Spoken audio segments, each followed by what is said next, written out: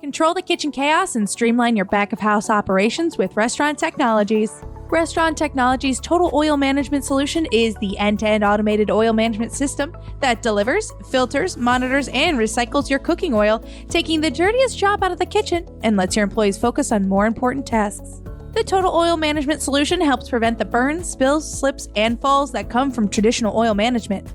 Restaurant Technologies gives you and your employees peace of mind among the chaos of a commercial kitchen and can maximize efficiency for your business. And no upfront cost. Learn more about Restaurant Technologies and the solutions they offer by visiting rti-inc.com or call 888-796-4997. Welcome to Menu Talk. I'm Pat Kobe. I'm the Senior Menu Editor at Restaurant Business, and I'm here with Bret Thorne. Hi, and I'm Bret Thorne, Senior Food and Beverage Editor of Nation's Restaurant News and Restaurant Hospitality. Well, great. It's so much fun to talk with you, as usual. We were both at kind of a wonderful pig roast last night. That was kind of fun. Yeah, I enjoyed it. I was standing in line to get the last of the elote as the party was winding down, and they said, "Don't you want to try the chicken?" And I thought, okay, but I'd already had the chicken, and I wasn't really hungry. But I took it, and I wrapped it in a napkin and took it home with me, and I just reheated it in my toaster oven, and it was really good. So, Oh, great. So I had multiple meals from our party last night. Yeah, they were cooking a whole pig in a china box, which makes it come out really crispy and delicious, and putting it in bao buns instead of usually I've had it like in tortillas, but this time it was in bao buns. So it was kind of an Asian twist on it. Yeah, very multicultural. This was a party thrown by Laurent Tourondel, who is, of course, himself a French person, but he's been around. Yeah, I thought the pork was really delicious. And I've had pork also like cooked in a caja chino, also on like a torta on those telera rolls. Right. I had it like that in Puerto Rico with some like Caribbean style avocados, those great big ones with the smooth skin, and some pickled onions and local hot sauce and some radishes, and it was a really beautiful combination. So much so that was years ago, and I'm still talking about it. Yeah, well, it's always a good meal for sure. Yeah. And this week, I also visited the Fancy Food Show in New York City. It comes to New York City in the summer. I think it's in Las Vegas in the winter now. But that was quite an expo, I have to say. 2,300 exhibitors. I tried to do it all in one day, but I really like seeing the innovative, like the incubator kinds of companies and the smaller companies that are coming out with more innovative products. So I sort of focus on that area, which is downstairs in Javits. And so, did you see anything particularly fascinating? Well, this year they might have had this before, but I didn't notice. But they had an area called Debut District, which was all new products, and some of them were created in like coordination with Rutgers University or Cornell University, like with their R&D departments to help these people get their products off the ground. So there were some interesting things. The one thing that stood out to me was a lot of people promoting street foods, like Asian street foods, and especially Korean. They even had a sign up saying, "This is Korean street food." And one of the things they had was like this spiralized potato on a big stick it comes already, spiralized and on the stick, and you just have to deep fry it and serve it with sauces. That was kind of cool. Yeah, that sounds fun. Very street fairish. Yeah, and lots of Indian snacks. So snacking is definitely something, we're reporting a lot about in the restaurant industry. These are mostly retailers who are putting snacks out. But supposedly food service is becoming a very large recipient or, market, I guess, for these products now, the specialty food products, because it really helps differentiate their menu. And certainly, if you are offering snack foods and can encourage your customers come in between lunch and dinner or breakfast and lunch, you can, maximize the use of your fixed costs of real estate and so on. So, Definitely. and keep one cook around to cook that stuff, Hmm. and it could provide some more income, especially if you sort of ramp up your drink program so that people come in for a snack and a drink, and Right. then you have a nice little check right there. Well, there were a lot of drinks as well as, we've talked about beverages a lot, but lots of, functional beverages, lower sugar, using sweeteners that aren't sugar or leaving them unsweetened totally. So I think consumers' palates are sort of gravitating towards less sweet beverages, hopefully. Yeah, I think it's interesting that a lot of the new energy drinks coming on stream are low in sugar, Yeah, which like I'm on board with that. I don't want to consume a whole lot of sugar, but I also don't. I mean, coffee is a perfectly fine energy drink for me. I don't need any more than that. But whatever, if other people want to drink their, I mean, some of those energy drinks are so sour. To me, they taste kind of like sweetened battery acid. I'm not a huge fan. But if people are into them, great. And if they're consuming less sugar, great. Most of us consume more sugar than we need, so that's cool. for sure. I mean, monk fruit was one Hmm. of the sweeteners I saw a lot of. I Yeah, haven't. and it's apparently very, very sweet, so you don't need to use very much of it, and it sweetens Right. everything. And it's natural kind of. Um, yeah, so that was interesting. I mean, and the snacks, I mean, a lot of restaurants now are offering packaged snacks. So these Indian chat, it was Mhm. not just sold like, in bulk, but it was all packaged and not too much plant based. There was plant based food there, but it wasn't like touted as being plant based. I think we're getting away from that a little. It just happened to be made not from any meat. Right. Right. Right. And the plant based section was pretty small. So that was pretty surprising. The restaurant show still, I mean, I noticed it was less prevalent at the restaurant show too, but there's still a lot more in that space. Yeah. Yes, still a lot. Even though, you can just cook some legumes, lentils, chickpeas, whatever, and you got a nice little plant-based protein For sure. that is delicious. I went to a restaurant in Midtown Manhattan called Heritage Grand Bakery, and it's a grab and go, breakfast and lunch kind of shop with all sorts of prepared foods and a lot of pastries.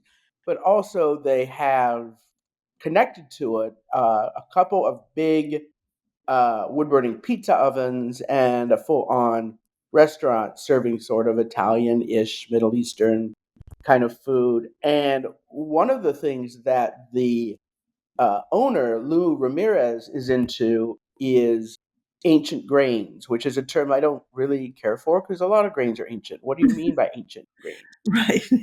But I mean, we've been eating basically the same grains for the past 6,000 years, except for some of the new genetically modified stuff, which is mostly corn anyway, and mostly used in animal feed. But he does something, or he buys something called population wheat, where they somewhere in Europe, I don't remember where, they take 17 different grains and they just throw them into the field, and whatever sprouts up, that's the hardiest stuff, and that's what they use. And so you have a whole combination of different grains that his chef uses in the pizza and in pasta. I had a really good uh, population wheat spaghetti made with mushrooms, really tasty, and obviously, ticks all the sustainability boxes while also Mm. being very, very nutritious and delicious. Yeah, So I'll have to that was try cool. that. I mean, I think he needs to change the name of it a little. I mean, Population population wheat, yeah, wheat you know, doesn't have a great ring to it. no. I mean, I think he calls it ancient grains, but I Mm, don't. I don't like that either, especially yeah, since, as you know, because you do it too, we write descriptions of a lot of menu items, and when they say ancient grains, I get back to them and I say, What do yeah. you mean? There I are a think lot. most consumers probably don't know what it means, but I guess it Right. makes it sound like it's healthier or more Sounds nutritious. sounds authentic. Yes, So definitely. people Yeah. like authenticity, I guess, even though like a lot of things are authentic that I kind of want to stay away from. Well, I'll have to try it. I'll check it out because I love bakeries. And so, I'm always checking out a new bakery wherever it opens. Well, it's right near Bryant Park, so that's Oh, a cool. nice, convenient location. Very, Hmm. very much populated in the summer because Bryant Park's a pleasant place to have lunch Hmm. in town. Well, I also had a chance to talk with Mindy Armstrong, who's the VP of Menu Innovation for Perkins and Huddle House. I talked to her at the restaurant show, so we did talk a little bit about that.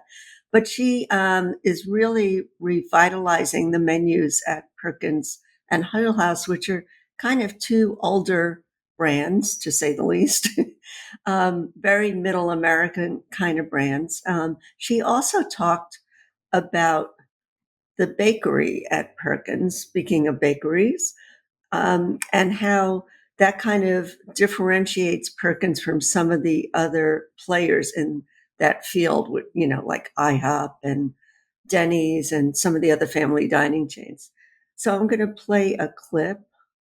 So one of the things we're watching is not only what's happening in the segment and making sure that we're differentiating ourselves across the segment, but we're also thinking about what are the things that we're really good at, and let's go do those really well. So for instance, Perkins has a bakery, and there's a lot of passion about the bakery because folks know us for our pies and our cookies and our cinnamon rolls. And we have bakers on site that are servicing our bakery customers. So that gives us an opportunity to differentiate ourselves across family dining because there's not a lot of bakers in family dining.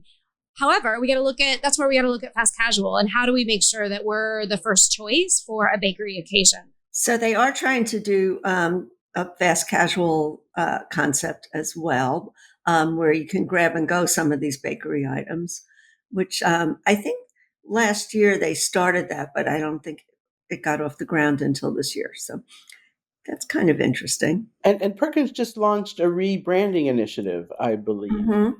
changing their name a little bit. I'm not sure why they bothered because it went from, I don't know, Perkins restaurants to Perkins something else, and I don't. I think they put bakery in the name, actually. Okay, so Yeah. that ties into what your guest was talking about. So Right. that makes perfect sense. They want to underscore what distinguishes them. Well, yeah, when I think Perkins, I think pie. I'm not sure Yeah. why, but I guess that means their branding's working. But I did interview them, like it was probably 2 years ago now, and I know they were doing more muffins and things that like were portable, because pie you can't actually eat on the run, It's but hard. but a That's muffin or understood. a cinnamon roll you can. So I think they're trying to get more into that area. Smart. And I mean, it's interesting how many of the family dining chains are overhauling their menus right now. I mean, Cracker Barrel just released a whole new menu with 20 new items. And Yeah, they're I being guess tested in they're Texas. waking up, I guess. Yeah. When Friendly's redid their menu a couple of years Mhm. ago, and it struck me as so avant-garde for them. They had things like fig jam, and they had a burger with frico on it, and Yeah. like, good for them. Yeah. Not the friendlies I remember, that's for sure. No, So Mindy and I also talked about some of the signatures that Perkins does and what she can't take off the menu, how she optimizes the menu. So I'm going to play that. great. Yeah, we were just talking about menu optimization and deletions and how tricky that is, right? As you try to make way for new innovation. So the things that we're known for is, of course, our pies. So French silk pie will forever be a perennial favorite at Perkins. Of course, our breakfast items. So being able to get your combos like your eggs and your hash browns and your pancakes as your abundant platter for breakfast is important to us. And then also some of those like really familiar comfort foods, like think, turkey and dressing, and think some of the things that bring a lot of familiar comfort and nostalgia to our guests. Those are important to our core. I want biscuits and gravy. If I Yeah, never have a it's a turkey little dinner hot for again, it'll that be too today, soon. but I guess in the when it cools off a little. But I eat soup all year round. I love soup, so I wish there were more soup concepts. Yeah, soup is great. Yeah, but it's interesting because a lot of concepts are trying to streamline their menus now, and you don't know what to take off, because I mean, obviously you leave the best sellers on and the most profitable items, but people complain. I mean, there's always going to be someone who complains about something leaving the menu. Right. Well, and sometimes a menu item that isn't necessarily that popular is still something that you need to have, like a vegetarian item. It's never going to be a top seller, but if a party of Right. 8 comes in and one person's a vegetarian, none of them can come to your restaurant if there's nothing for their vegetarian friend to have. So you Exactly. got to have that balance, and it's not always the best selling things that you need to have on the menu, although they have to be there too. Well, Mindy is also involved with Huddle House because that's under the same brand banner. Um, and she talked about their menu R&D. It's instead of focusing on limited time offers, they don't do any limited time offers. They do focus on their core menu. So she talked a little bit about that. We do limited time offers. Huddle House is a little different in that we're really focused right now on building that foundation. So we're making sure that our ops team is able to execute flawlessly. We're making sure that we're simplifying our menu so that ops has the opportunity to really make sure that they're delivering to that guest every time. And then we're using what would typically be an LTO window, we're using that instead to feature our core items and then bring some interest by way of perhaps like a maple butter or lots of other ways that we're bringing in sort of like really familiar flavor profiles to those core items that we want to feature. Well, that's smart. You focus, and obviously, but operationally, like no matter how cool your menu item sounds, if the restaurants can't produce it, then that's a loss. Right. And then embellishing with some operationally simple things like bringing in maple butter makes sense. Which Smart. actually comes already made, as we tried when we were Pappy judges. Yes, we did judge a very nice maple butter. It was very Yeah. mapley and buttery. Yeah. Well, it's Good interesting stuff. that this isn't something I knew before I talked with Mindy, but Huddle House really, it's located in smaller towns Yep. and, maybe some smaller cities, but mostly like it's a small town chain. And Perkins tends to go into the larger areas where there's more population. So, But suburban, I think mostly. yeah, for suburban. the Then you wouldn't find a Perkins in New York City or No. Chicago, for sure. But yeah, Huddle House is in small towns in the southeast. I Yeah. guess maybe like Waffle House. Yeah, Similar kind of. thing. Yeah. Yeah, I didn't get a chance to try Waffle House when I was in Atlanta. I have to do that next time in the South because I've never ever been to Waffle House. And I know it's like a classic. It is a classic. I've never been blown away by its awesomeness, but there are people who really love it. Well, and if you can make it to our Create conference this October, that's in Nashville. There should be, well, I know there are Waffle Houses at least near Nashville. I know there's one in Franklin, Tennessee, because I visited it when I was visiting the headquarters of CKE, parent company of Oh, Carl's Jr. and Harding. So okay. Well, I I'll slipped into try a and Waffle make House. it. I think there's a lot of food in Nashville, though, to try. Yes, yeah, it's a great food city, not just hot chicken. So it's Right. going to be a really fun event. So one of the things that, is a challenge for both Perkins and Huddle House is to like lean into new flavor trends when your customers are sort of conservative and mainstream. So Mindy talked a little bit about that. It is. And I think one of the tricky things in family dining is how do you drive new flavor trends and sort of like live into some of the menu trends we're watching all the time with a very mainstream consumer. So, I've been in food service a long time and I've worked with brands that get to be at the forefront of driving flavor. And then I've been at the brands that get to be sort of like in the middle of the curve. And we're all the way at the other side. And I think one of our cool opportunities is how do we democratize flavor in a way that makes sense for our guests. And it's not, a crazy new thing that they've never tried, that they've never heard of, or they can't pronounce. Instead, it's how do we make sure that we're delivering something that feels really interesting, but we're giving them like the safety net of delivering those flavors through a familiar format. One of the things we talked about was hot honey. I asked her if she would ever put hot honey on the menu.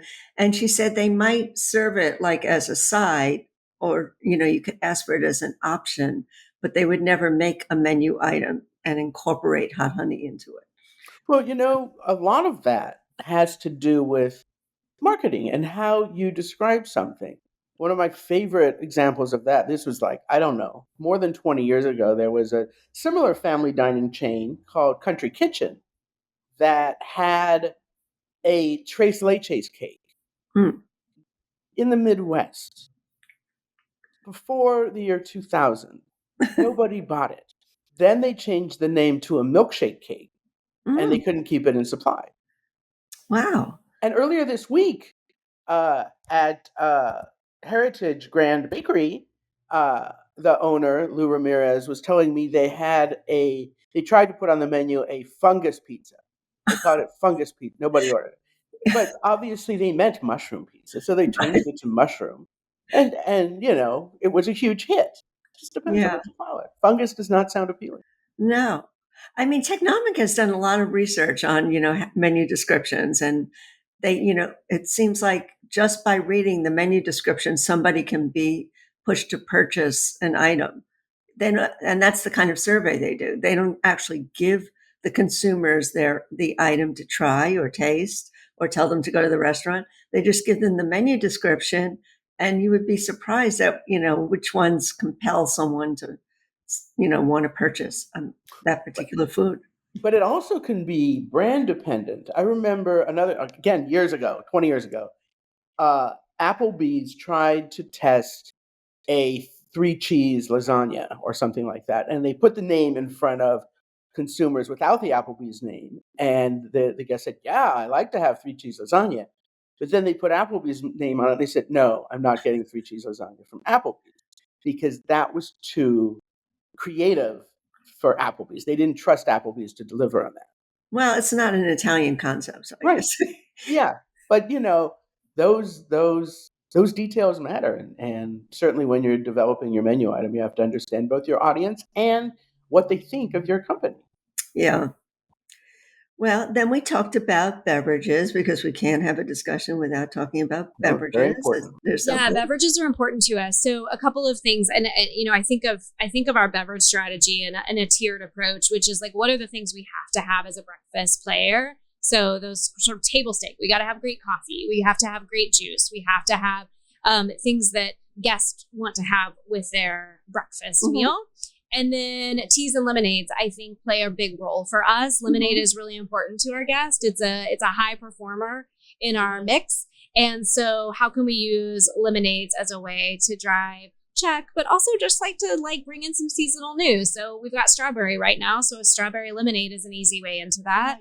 And then also looking at teas as something that is an obvious thing we need on our menu, but could we look at flavors and drive some interest there? And then the last one is because we're a breakfast player and we have a full service restaurant and we're open all day, we're looking at, mimosas and what is our Bev Alc strategy as we continue to bring those options to our menu.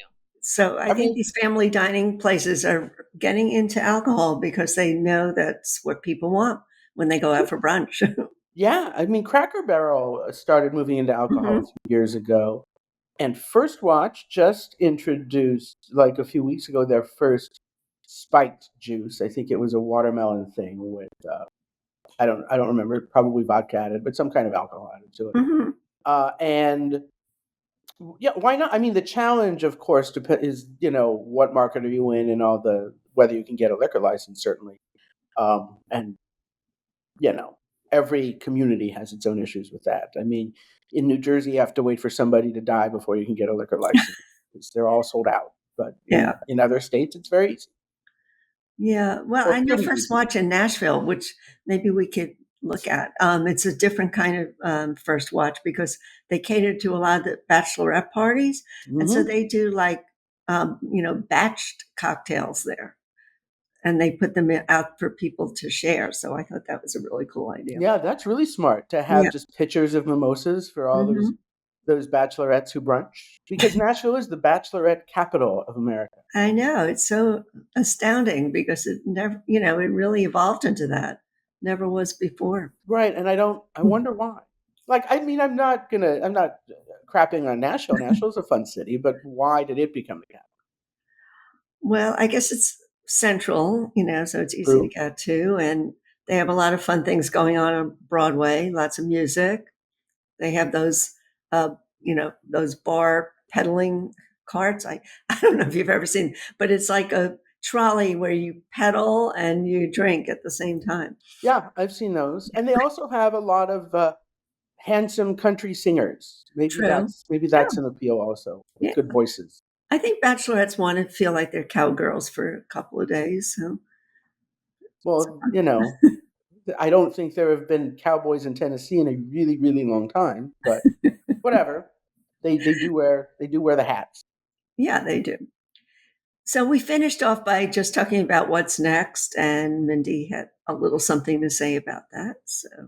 So this summer for Perkins, we're going to lean into burgers. We have a great burger that people might not know we have. Mm-hmm. So we're going to take a moment and talk about our burger. It's our guest loves a burger, and we've talked to many through concept screening, and they find our burger very attractive. So we're going to talk about burgers.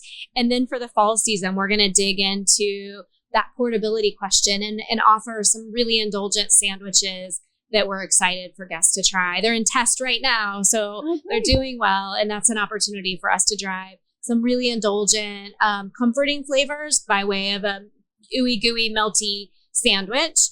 And then as we get closer to the holidays, we'll really be leaning into our bakery. So making sure that we have the pies ready to go for the holiday season, bringing in some new forms to our bakery case, and then making sure that our breakfast menu offers that indulgent option after your holiday celebrations. So I wonder about how portable an ooey gooey sandwich is. Yeah, I was kind of wondering that myself. But Like I don't know. I mean, it's portable as long as you then can find a place to sit down and have multiple napkins and eat the thing. Right, not in the car. No, and they do have more staying power than a burger. Like you have to eat a burger really fresh, or it's not. Mm-hmm. Sandwiches can last a little bit longer, so maybe that's the issue. It makes sense to have summertime burgers, no matter how many fried chicken sandwiches are added to menus. I'm pretty sure that burgers are still far and away the most popular meal at lunch and dinner. So, yeah, work on your burgers. Yeah, we both do these menu roundups every week, and there are so many burgers coming out right now, and so many chicken sandwiches, and different wing flavors. So people, chains seem to rely on those a lot, just to.